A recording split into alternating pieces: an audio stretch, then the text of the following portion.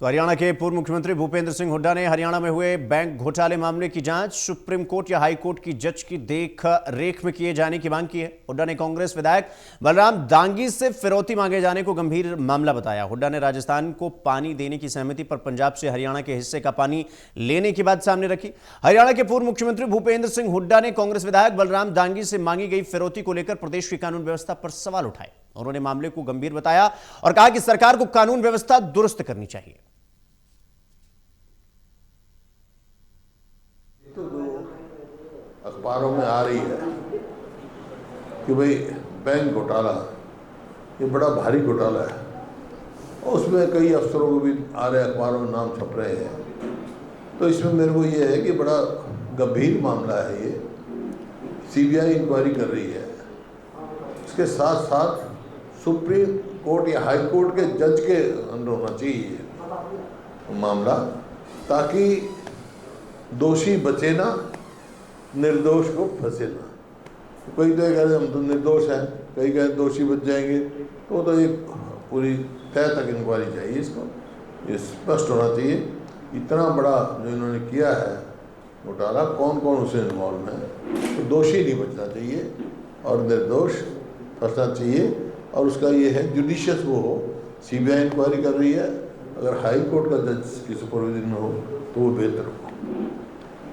दूसरा, मैं गया था कि एचपीएससी दफ्तर के सामने कुछ बच्चे आमरण अनशन पर बैठे हैं, लड़कियां बैकवर्ड क्लास से शेड्यूल कास्ट के, और ये शुरू से मैं कह रहा हूँ कि जो एचपीएससी है ये भ्रष्टाचार का अड्डा बन चुका है। नगद करोड़ों रुपए पकड़े गए यहाँ। जितनी क्लास ए और बी की सिलेक्शन हुई हैं वो जो अच्छी अच्छी नौकरियां हैं बाहर के ज़्यादा बने देते हैं, जबकि हरियाणा के हमारे बच्चे काबिल हैं। हरियाणा के बच्चों के भविष्य के साथ खिलवाड़ किया जाता है और उसका नतीजा ये होता है, कभी कुछ लगा देंगे, कभी 35% लगा देंगे, और उसका नतीजा ये निकला कि जो एससी और बीसी की वैकेंसीज हैं वो पूरी नहीं होती।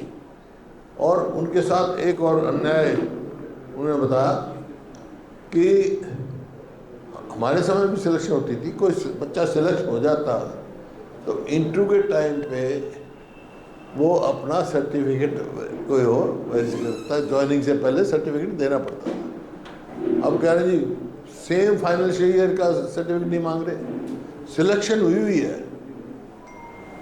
क्योंकि क्रीमी लेयर और बैकवर्ड क्लास का देना था। तो मैंने उनको कहा है कि भाई ये कोई समाधान नहीं जो आम और अनशन पे बैठे हो, उनको तो मैंने कहा ये मत करो, बाकी तुम्हारी आवाज़ उठाएंगे, अपने मीडिया के साथियों से भी कहेंगे, वो भी तुम्हारी आवाज़ उठाएं।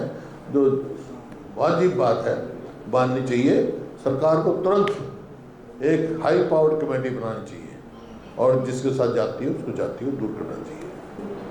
बाकी और आप देख ही रहे हो प्रदेश का जो हाल है, कानून व्यवस्था का जो हाल है। पहले तो वो बलराम दांगी के जो है उसके दफ्तर में मार गए, अब उससे फिरौती मांगी गई। जब एमएलए से फिरौती मांगी जा रही है तो फिर कहाँ जाएंगे।